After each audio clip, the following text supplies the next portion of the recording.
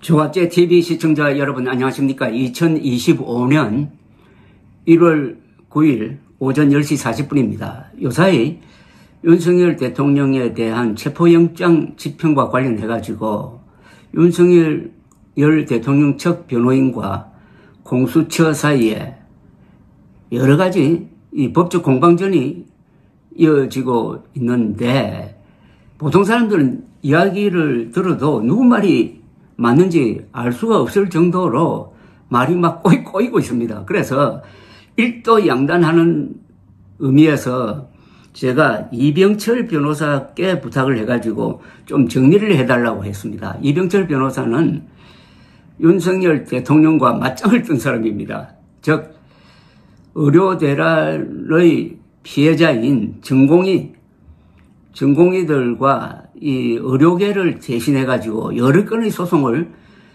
진행했고, 일부는 지금도 이어지고 있습니다. 이병철 변호사가 간단하게 요약한 체포영장과 관련한 주장들이라는 글을 소개를 하겠습니다. 이게 상당히 법률 공부가 되고, 법률은 사실 굉장히 재미가 있습니다. 논리적으로 따지고 드니까. 이번 계엄 사태를 통해서 우리나라 국민들이 하나 남는 게 있다면은 헌법과 법률에 대해서 많이 알게 되었다는 사실입니다. 이병철 변호사의 메모입니다. 첫째, 서울 서부지법의 윤석열 체포영장에 대한 이의 신청입니다. 이의 신청을 했습니다. 그런데 법원이 기각을 했습니다. 서울지방 기각 결정문의 요지는 이렇습니다. 첫째, 형사소송법에는 이의 신청 제도가 없다. 체포 구속된 이후에 체포 구속 적부심 제도를 통해서만 다툴 수 있다. 사전에 이의 신청할 수가 없다는 겁니다. 체포된 이후에나 이의 신청을 할 수 있지, 사전에 체포영장을 두고 이의 신청하는 제도가 없다는 겁니다. 그래도 서부지법이 각하해야 할 것이지만은 윤 대통령을 존중하고 분란을 종식시키기 위해 기각하면서 윤 변호인의 주장들을 일일이 반박했다는 겁니다. 그런데 이 신청이 기각되자 윤석열 대통령 측에서는 대법원에 재항고하겠다 또는 재항고를 검토하겠다는 말을 했다고 합니다. 이병철 변호사는 이 신청 제도도 없고 항고 제도도 없으니 재항고도 당연히 없다. 아들이 없으니 손자가 없는 것과 마찬가지라고 했습니다. 황당무계하고 터무니없다는 겁니다. 윤석열 측이 또 하는 말이 있습니다. 공수처는 내란죄에 대한 수사권이 없다. 여기도 명쾌하게 정리가 되어 있습니다. 이미 서부지법 기각결정문에 보면은 공수처법에 직권남용죄에 대한 수사권이 있다고 규정하면서 이와 관련된 범죄, 즉 내란죄도 수사할 수 있다고 규정하므로 공수처에 내란죄에 대한 수사권이 있음이 법 조문상 명백하다. 서부지법 기각결정문입니다. 이거 가지고 계속 지금 공수처에 수사권이 없다고 주장하는데 이게 다 근거가 없다는 겁니다. 수사권이 있는지 없는지는 법원이 결정한다는 겁니다. 법원이 체포영장을 발부함으로써 수사권이 있음을 결정했고, 구속영장을 발부함으로써 공수처에 내란죄에 대한 수사권이 있음을 이미 결정했다는 겁니다. 그런데 누가 없다고 주장할 수가 있습니까? 법원에 대해서 그것과 다른 의견이 있으면 다퉈야 되는데 다퉈봤잖아요. 그러니까 이 신청을 했더니 법원이 공수처에 내란죄 수사권이 있다고 결정을 한 겁니다. 이것으로 끝난 거 아닙니까? 그 다음, 공수처법상 관할법원은 서울중앙지법이지 서부지법이 아니므로 서부지법이 발부한 체포영장은 불법이다. 이에 대해서 서부지법 기각결정문은 공수처법의 관할법원은 서울중앙지법 및 범죄지 등 관할법원이라고 명백히 규정하고 있으므로 범죄지인 용산 대통령실을 관할하는 서부지법도 관할법원임이 명백하다. 이건 뭐 이론의 여지가 없습니다. 왜 서울중앙지법이 아니고 서부지법에 영장을 냈느냐? 하는 데 대한 이의 신청을 이렇게 딱 잘라버렸다는 겁니다. 그 다음에 체포영장에 요게 제일 큰 쟁점이었죠. 형사소송법 110조 군사기밀, 111조 공무상 비밀이 적용되지 않는다고 기재한 것은 판사가 입법을 한 것이어서 불법이다라고 주장을 했는데 많은 언론이 여기에 따라갔습니다. 그러나 서부지법 기각결정문은 여기에 대해서도 간단하게 정리를 합니다.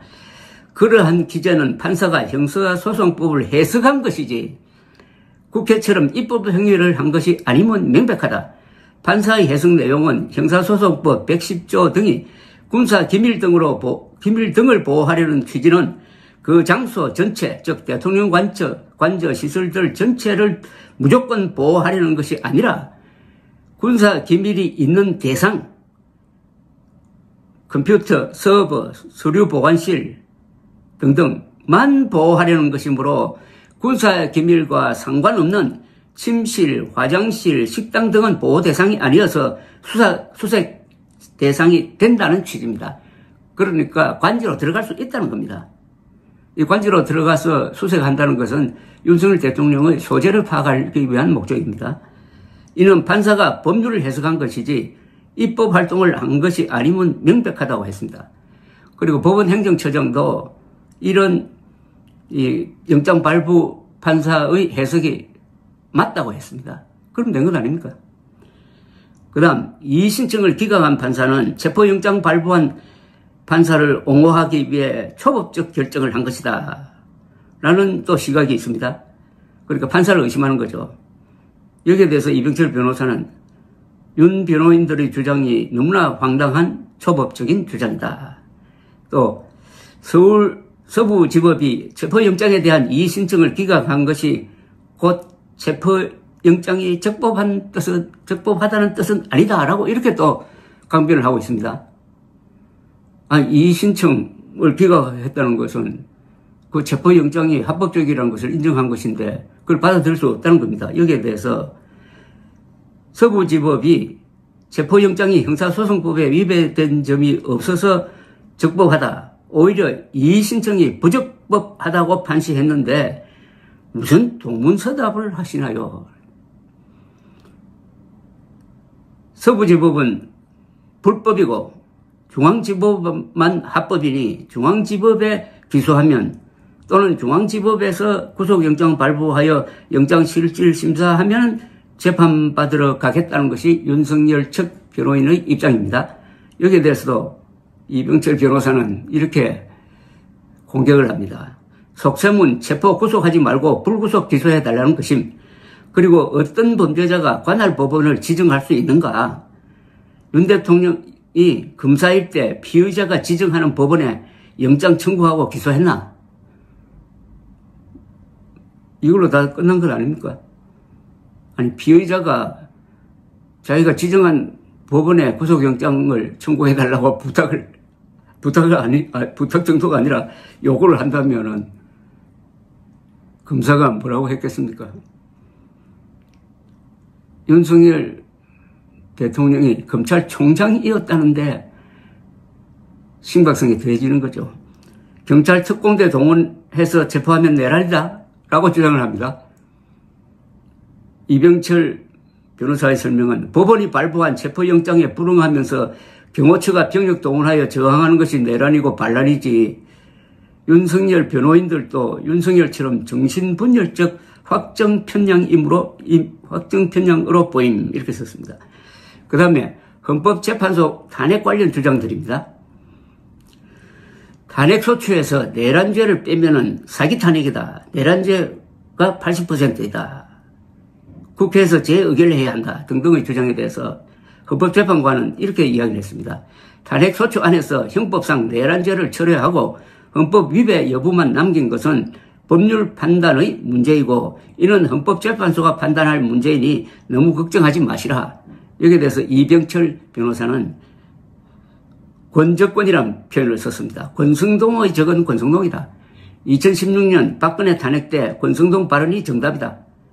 형법상 뇌물죄라는 주장은 빼면서 기본적 사실관계는 동일하고 단지 법적 평가만 뺀 것이니 아무런 문제가 없다라고 해가지고 그때 권성동 씨는 국회를 대표하는 소추인 대표였습니다. 그러면서 원래 탄핵 소추 문서에 있었던 박근혜 당시 대통령의 뇌물죄 관련 부분을 빼자, 헌재에서는 빼고 논의하자 해가지고 그게 관철됐다 이겁니다. 그러니까 권성동 원내대표가 이 문제를 제기할 자격이 없다 이런 이야기죠. 또 헌법재판관은 이렇게 정리를 했습니다. 사실관계는 네 가지다. 비상계엄 선포, 계엄 포고령 발표, 군경의 국회 난입, 선관위 난입. 이 네 가지 사실관계가 헌법 법률의 중요 사항을 위배했는지가 현재 재판, 탄핵 재판의 심리 대상이다. 내란이 있었다, 없었다는 것은 양측의 주장일 뿐이고 헌법재판소 심리 대상은 아니다. 라고 헌법재판관이 정리를 했다는 겁니다. 그 다음, 비상계엄 선포는 통치행위이므로 사법심사 대상이 안 된다. 헌법재판소의 종전 판례들을 보면은 비상계엄 선포가 통치행위라 하더라도 국민의 기본권과 관련되고 헌법과 법률을 위반한 경우에는 사법심사의 대상이 당연히 되어야 한다. 그러니까 윤석열 대통령 측에서 주장하는 게 우선 법에도 없는 주장을 하고 있다는 겁니다.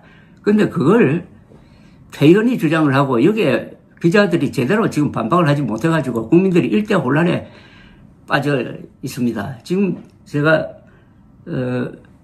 읽어드린 것은 조갑제닷컴에 실려 있으니까 그걸 카피해가지고 의심을 하는 사람들한테 한번 돌려주시기 바랍니다.